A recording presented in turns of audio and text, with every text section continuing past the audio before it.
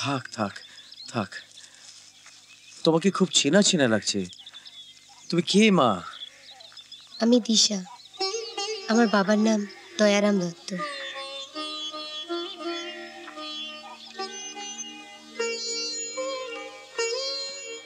যতদিন গ্রামে ছিলাম, আমার জন্মদিনে আমার মায়ের হাত ধরে এখানে আসতাম আপনার আশীর্বাদ নিতে।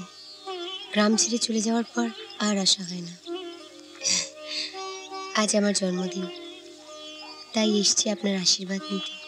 হ্যাঁ, তা হয়তো এসছো, কিন্তু এই আশীর্বাদ তোমার জীবনে অভিশাপ হয়ে নেমে আসতে পারে। না। হ্যাঁ, তোমার বাবা আমাকে তার শত্রু ভাবে। সে যদি জানতে পারে যে তুমি, তাহলে আর এক মুহূর্তের জন্য আমাকে এখানে থাকতে দেবে না, তাই তো? সব জেনে শুনে তাহলে কেন তুমি এসছো? এই শত্রুতার অবসান ঘটাতে। পারবে? পারবে তুমি?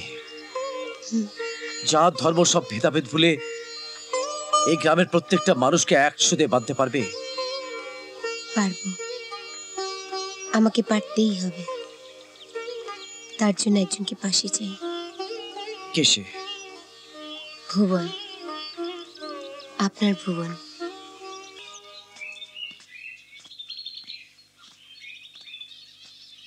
দাঁড়াও,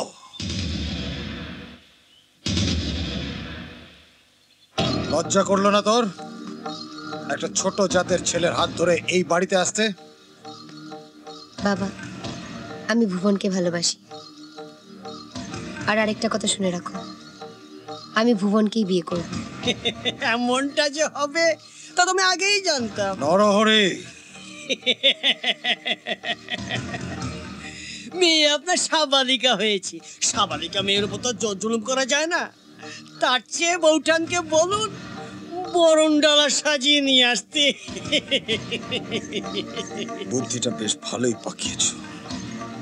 কি ভেবেছ আমার মেয়েকে হাত করে তোমরা বাপ বেটা মিলে আমার সব সম্পত্তি হাতিয়ে নেবে, তাই না? আমাকে আপনি যা ইচ্ছে তাই বলতে পারেন, কিন্তু আমার বাবার নামে একটা কথা বলবেন না। বেশ, তোমাকেই বলছি, তুমি এই মুহূর্তে এখান থেকে চলে যাও। না, ও যাবে না। যেতে ওকে হবে, তা না হলে ছোটবেলার মতন ওই গাছে বেঁধে আমি ওকে মারব।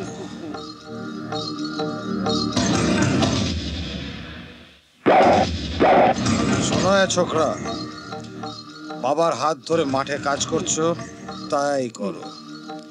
মাটিতে দাঁড়িয়ে আকাশে চাঁদ ছোঁয়ার চেষ্টা করো না। বোকা আছে, জানে না মাটিতে দাঁড়িয়ে চাঁদ ধরা যায় না। জানি, খুব ভালো করেই জানি, তবে আপনাদের বোধহয় একটা কথা জানা নেই। এই মাটিতে দাঁড়িয়ে চাঁদকে ছোঁয়া না গেলেও এই মাটির মানুষ কিন্তু চাঁদের বুকে পা রেখেছিল।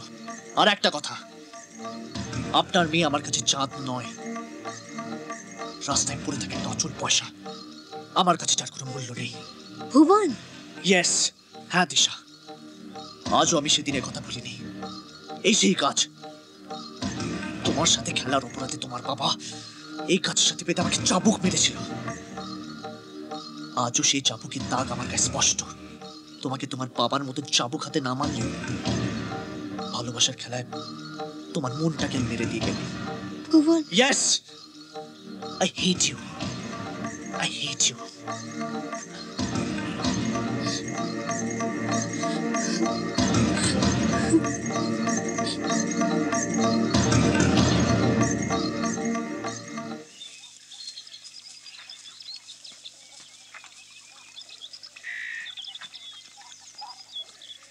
বাবা। হ্যাঁ, আজকে চলে যাবি? হ্যাঁ বাবা, সামনেই পরীক্ষা, এখন থেকে ঠিকমতো পড়াশোনা না করলে রেজাল্টটা ভালো করতে পারবো না। ঠিক আছে, আমি আর তোকে আটকাবো না। তবে একটা কথা বাবা, তোকে লেখাপড়া শেখাচ্ছি শহরে থাকার জন্য নয়। এই গ্রামের প্রত্যেকটা মানুষের ভালোবাসা নিয়ে তোকে তোকে গ্রামেই থাকতে হবে। তোকে ওদের চোখের জল মোছাতে হবে। এই দেখ ভুবন, এই দেখ গোলা ভরা ধান, জানিস এর এক একটা ধান না চাষিদের এক এক ফোঁটা রক্ত। সেই রক্তের মূল্য যে আমাকে দিতেই হবে রে। হ্যাঁ, আমাকে দিতেই হবে। ভুবন, আমাকে বিশ্বাস করে এই গ্রামের চাষি ভাইরা জমির দলিল সব ব্যাংকে বন্ধক রেখে অনেক টাকা ধার করেছে। এই ধানই যে ওদের ভরসা রে। আমি জানি বাবা, আর আমি এও জানি আমায় কি করতে হবে। ভুবন, হ্যাঁ বাবা, তোমার আদর্শই আমার আদর্শ, তোমার কথাই আমার কথা। এই ভুবন শোন, ওই যাবার আগে না মন্দির আর মসজিদে প্রণাম করে যাস। হ্যাঁ বাবা।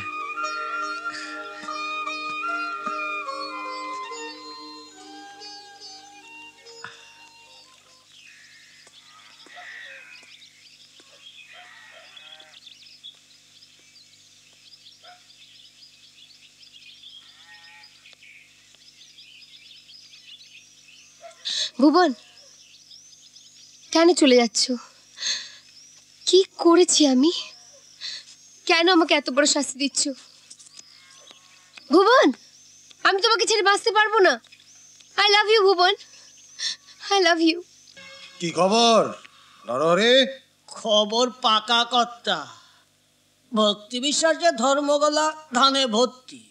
ধান দেখে চাষিরা ভক্তি বিশ্বাসকে মাথায় তুলে নাচছে। তাই নাকি? তবে আর বলছি কি, নরহরি, আগে আমি নরহরি দাস, করি না কারো কোনো সর্বনাশ। এবার করবি। হ্যাঁ, হ্যাঁ, ভক্তি বিশ্বাসের ধর্মের গোলা তুই অধর্মের আগুন দিয়ে পুড়িয়ে ছাই করে দিবি।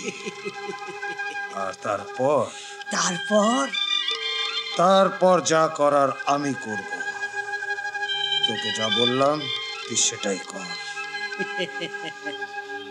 ভক্তি বিশ্বাস,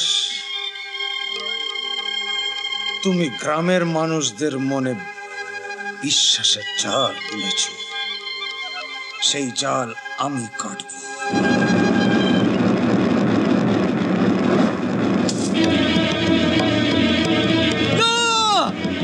এ তোরা কি করলি? ধানে আগুন লাগিয়ে দিলি, চাষিদের রক্ত চুষে খেলি। না! না! না!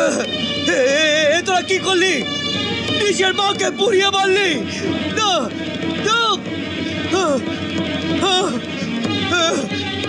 ওরে কাপুরুষের দল, এত যদি তোদের হিম্মত, তাহলে ধানে আগুন লাগালি কেন? সামনে আয়, হিম্মত থাকে তো সামনে আয়। ধরব, উপরবেলা তোকে ছাড়বে না। কিছুতেই না, কিছুতেই না, কিছুতেই না।